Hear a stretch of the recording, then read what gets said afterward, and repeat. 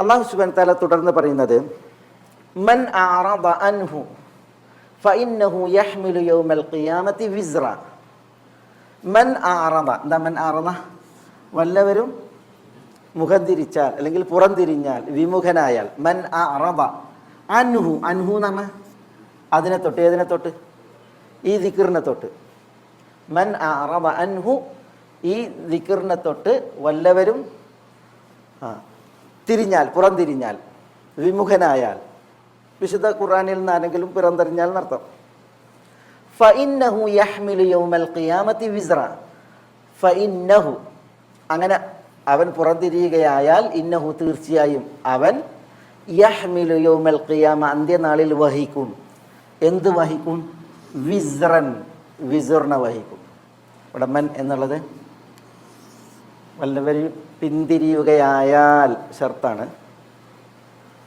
ഫഇന്നഹു യഹ്മിലു യൗമൽ ഖിയാമത്തി വിസ്റ.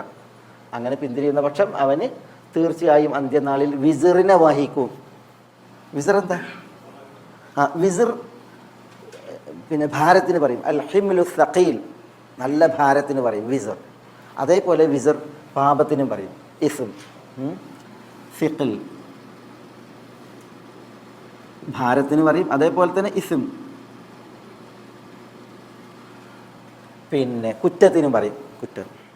അവന് അന്ത്യനാളിൽ വിസ്ർ പേറേണ്ടി വരും എന്നാണ്. എപ്പോൾ?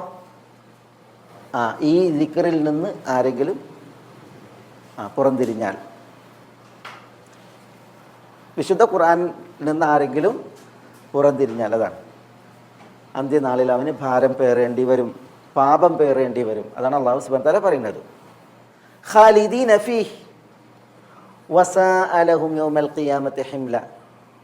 ഖാലിദീന, എങ്ങനെ പാപം പേറേണ്ടി വരും? എങ്ങനെ ഭാരം പേറേണ്ടി വരും? ഖാലിദീന ഫീഹി, ആ ഭാരത്തിൽ, ആ പാപത്തിൽ നിത്യവാസികളായി, നിത്യവാസികളായി.